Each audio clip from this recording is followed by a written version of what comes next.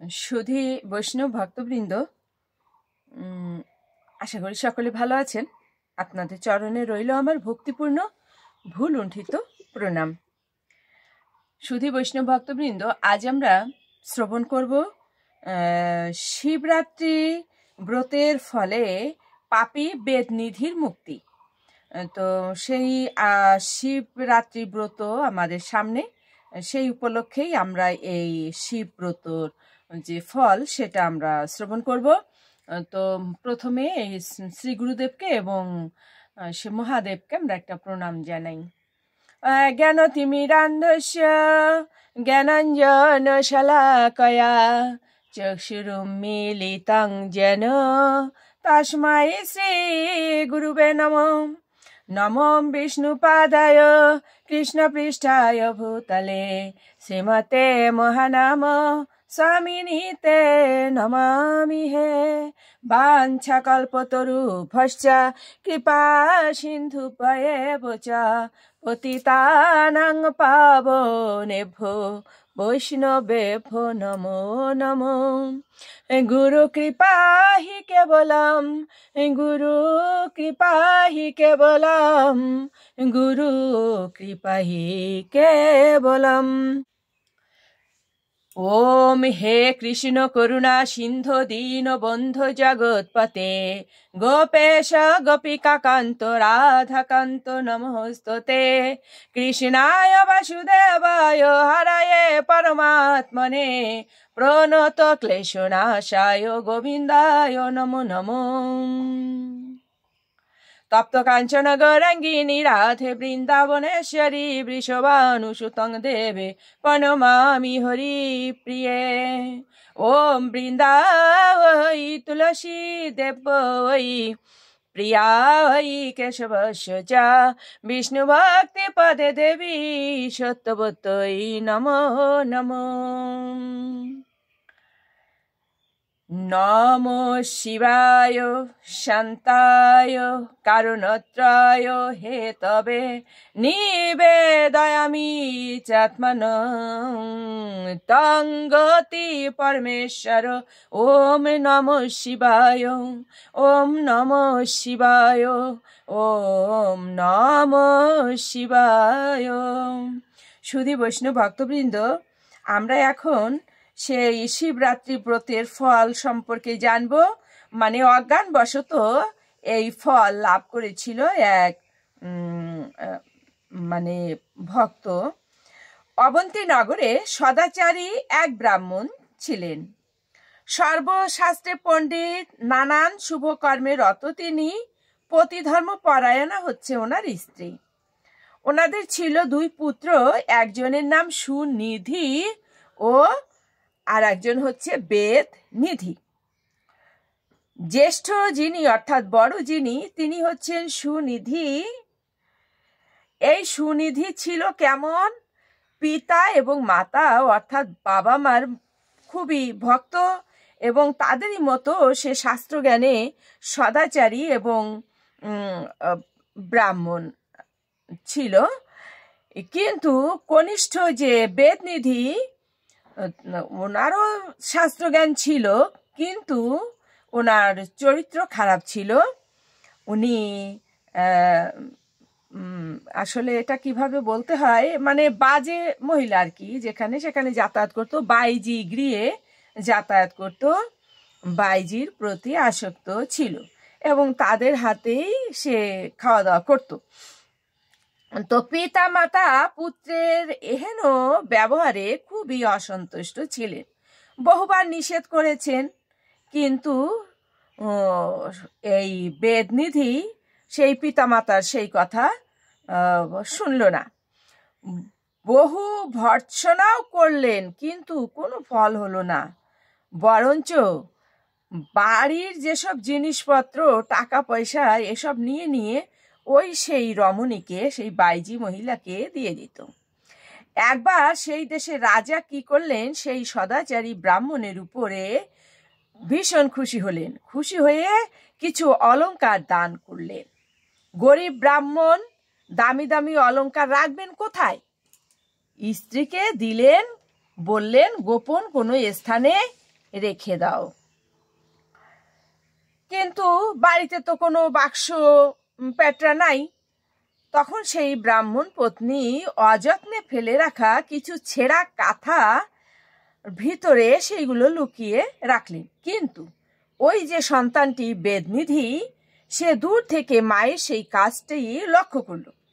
রাত্রিতে সবাই যখন ঘুমিয়ে পড়ল, গভীর রাতে বেদনিধি তখন চুপিসারে সেই গহনাগুলো চুরি করে নিয়ে সেই বাইজি মহিলাকে দিয়ে দিল। তার তো ভীষণ আনন্দ, গায়ে পড়ে দেখলো কি সুন্দর দেখাচ্ছে তাকে। বেদনিধিকে খুব খাতির যত্ন করলো। এ তো বাইজি নর্তকী। পরের দিন গেল রাজার ডাকে নাচ দেখাতে। রাজা নর্তকীর গায়ে এই অলংকারগুলো দেখে চিনতে পারলেন এগুলো তো তারই দেওয়া সেই ব্রাহ্মণকে, সেই গহনাগুলো। নাচ শেষ হলে রাজা তাকে ডেকে জিজ্ঞাসা করলেন, কোথায় পেয়েছো এই অলংকারগুলো?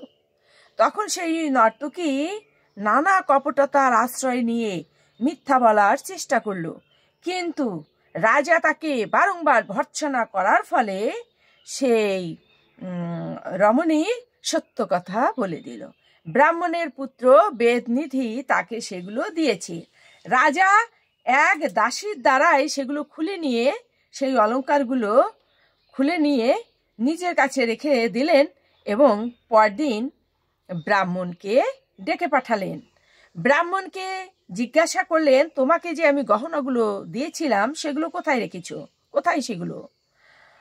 তো আমাকে এনে দাও তো, আমার বিশেষ প্রয়োজন আছে। ব্রাহ্মণ নিজের বাড়িতে গিয়ে ব্রাহ্মণীর কাছে চাইলেন সেই গহনাগুলো, কিন্তু ব্রাহ্মণী অনেক খোঁজাখুঁজির পরেও সেগুলো পেলেন না। তখন তিনি কাঁদো কাঁদো হয়ে স্বামীকে সব ঘটনা খুলে বললেন। বড়ই গরিব তো তারা, এই ভেবে গহনাগুলো হারিয়ে ব্রাহ্মণী তো ভীষণ দুঃখিত হলেন। ব্রাহ্মণের কাছে কেঁদে কেঁদে জানালেন যে গহনাগুলো যেখানে রেখেছিলেন সেখানে পাওয়া যাচ্ছে না। ব্রাহ্মণ ভীষণ দুঃখিত হলেন এবং দুঃখ ভারাক্রান্ত হৃদয়ে রাজার কাছে যেয়ে সমস্ত ঘটনা খুলে বললেন। তারপর রাজা ব্রাহ্মণকে সকল ঘটনা বললেন। ব্রাহ্মণ অতীব দুঃখে নিজের ঘরে গিয়ে ব্রাহ্মণীকে বহু ভর্ৎসনা করলেন। তারপর ব্রাহ্মণ ও ব্রাহ্মণী উভয়ই সেই বেদনিধিকে অনেক ভর্ৎসনা করে বললেন, তুই আমাদের গৃহ হতে দূর হ, আমাদের কুলকে তুই কলঙ্কিত করেছিস, তুই আর এই গৃহে থাকতে পারবি না। এমন ভাবে ভর্ৎসনা করে লাঠির 2-4 ঘা বসিয়ে দিলেন তার গায়ে, দূর করে দিলেন ঘর থেকে। অগত্যা বেদনিধি ক্ষুধা তৃষ্ণায় কাতর হয়ে সেই বেশ্যার ঘরে গেল, কিন্তু তাকে সেদিন কোনো আদর না করে কেবল তিরস্কারই করল সেই মহিলা। বেশ্যার ঘর থেকে রাস্তায় বেরিয়ে পড়ল বেদনিধি। সেই দিনটা ছিল শিব চতুর্দশী।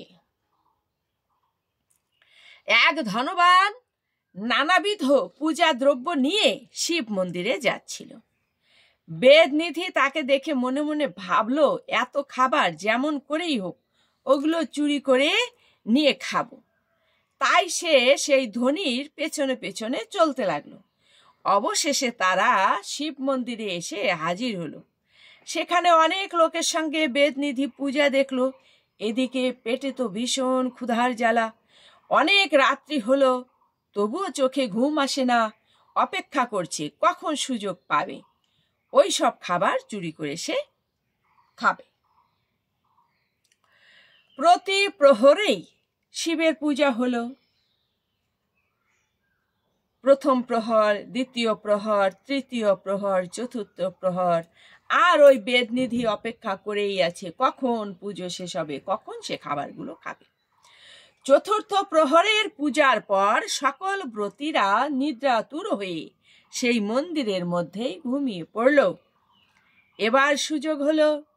বেদনিধি ঢুকলো মন্দিরের মধ্যে, কিন্তু প্রদীপের আলো খুব উজ্জ্বল না থাকায় সবকিছু ভালোভাবে দেখা যাচ্ছে না। তখন বেদনিধি কি করলো, মাথার যে পাগড়ি ছিল সেই পাগড়ির কাপড় একটু ছিঁড়ে প্রদীপের মধ্যে দিয়ে উজ্জ্বল আলো করল। তখন স্পষ্টভাবে শিবকে ও অন্নাদি নৈবেদ্য সকল দেখা গেল। আনন্দে সেই সব নৈবেদ্য নিয়ে আস্তে আস্তে মন্দির থেকে বেরিয়ে যাওয়ার চেষ্টা করল।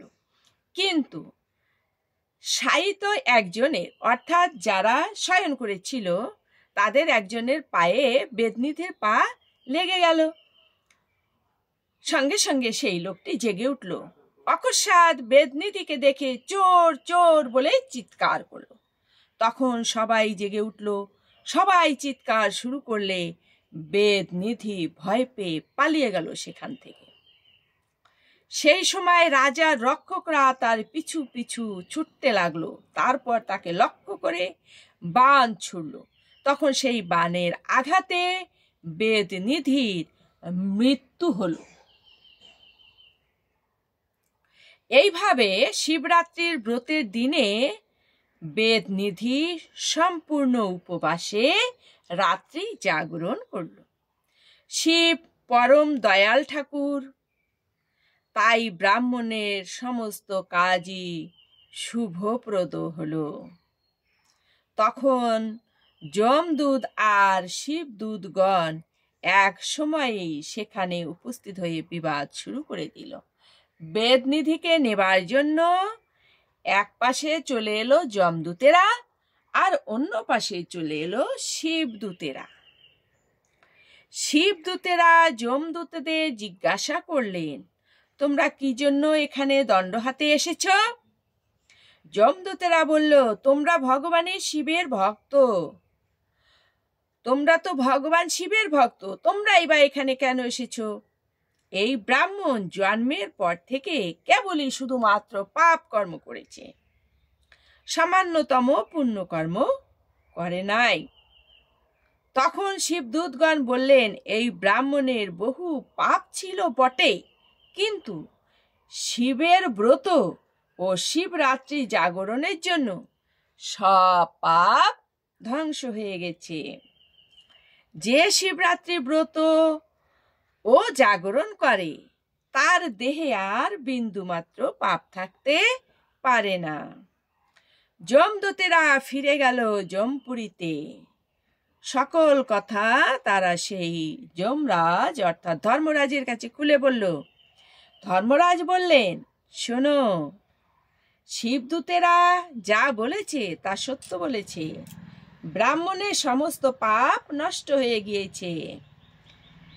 কেন নষ্ট হয়েছে জানো? তারা সেই ব্রাহ্মণ, মানে তারা শ্রবণ করলো আর কি মহাদেবের কাছে, যে সেই ব্রাহ্মণ না জেনে, সে জানতো না যে আজ শিবরাত্রি বা এই ব্রত, সে না জেনেই যেভাবে ছিল আর কি, সে রাত্রি জাগরণ করেছে, তারপরে মহাদেবের পুজো দর্শন করেছে এবং সেই প্রসাদ খাবার আকাঙ্ক্ষা করেছে। এই সমস্ত কারণে তার সমস্ত পাপ থেকে সে মুক্ত হয়েছে, কেননা অজান্তে তার ব্রত হয়েছে এবং সে ব্রতের ফল পেয়েছে। তারপর তিনি শৈবগণকে প্রণাম ও ব্রাহ্মণকে নমস্কার করে তাকে কলিঙ্গ দেশের অধিপতি করে দিলেন। সেই বেদনিধি কলিঙ্গ দেশের অধিপতি হয়ে নিত্যই শিব পূজা করতে লাগলেন আর যথাবিধি শিবরাত্রি ব্রত পালন করলেন। পরে তিনি তার রাজ্যে সকলকে শিব পূজা ও শিবের মন্দিরে দীপদান করে মুক্তি লাভ করলেন। দূর আত্মা ব্রাহ্মণ কোনো যত্ন না করে শিবরাত্রি ব্রত তার অজ্ঞাত সারেই করে কি করলো, সেই ফল পেয়ে গেল। তার যদি সে পাপী হয়েও তার ফল যদি সে এভাবে পায়, তাহলে যদি কোনো ভক্তগণ ভক্তি সহকারে এই ব্রত পালন করেন, তাহলে তিনি যে মুক্তিকামী হবেন, এতে আর আশ্চর্য কি? শুধু বৈষ্ণব ভক্তরা, আপনারা জানতে পারলেন যে কেমন সুন্দরভাবে সেই বেদনিধি মুক্ত হয়ে গেল এবং মৃত্যুর পরে সে কেমন সুন্দর একটা জীবন পেল। সুধী বৈষ্ণব ভক্তবৃন্দ, আমাদের জীবনের একটাই সত্য, সেটা হচ্ছে রূঢ় সত্য, ধ্রুব সত্য, মৃত্যু আমাদের অবধারিত এবং মৃত্যুর পরে একটা জীবন আছে। সেই জীবনটা কষ্টের না হয়ে যদি সুখদায়ক হয়, তাহলে কি আমাদের এই ব্রত পালন করা উচিত নয়? আমরা যারা কৃষ্ণ ভক্ত বা বৈষ্ণব ভক্ত, যারা বৈষ্ণব ভক্তেরা অবশ্যই ভগবানকে ভক্তি করবেন, তবে মহাদেবকেও ভক্তি করবেন, শিব ঠাকুরকেও ভক্তি করবেন। কেননা শিব ঠাকুর হচ্ছেন দ্বাদশ মহাজনের মধ্যে একজন, অর্থাৎ তিনি বৈষ্ণব শ্রেষ্ঠ। তো বৈষ্ণব হচ্ছে ভগবানের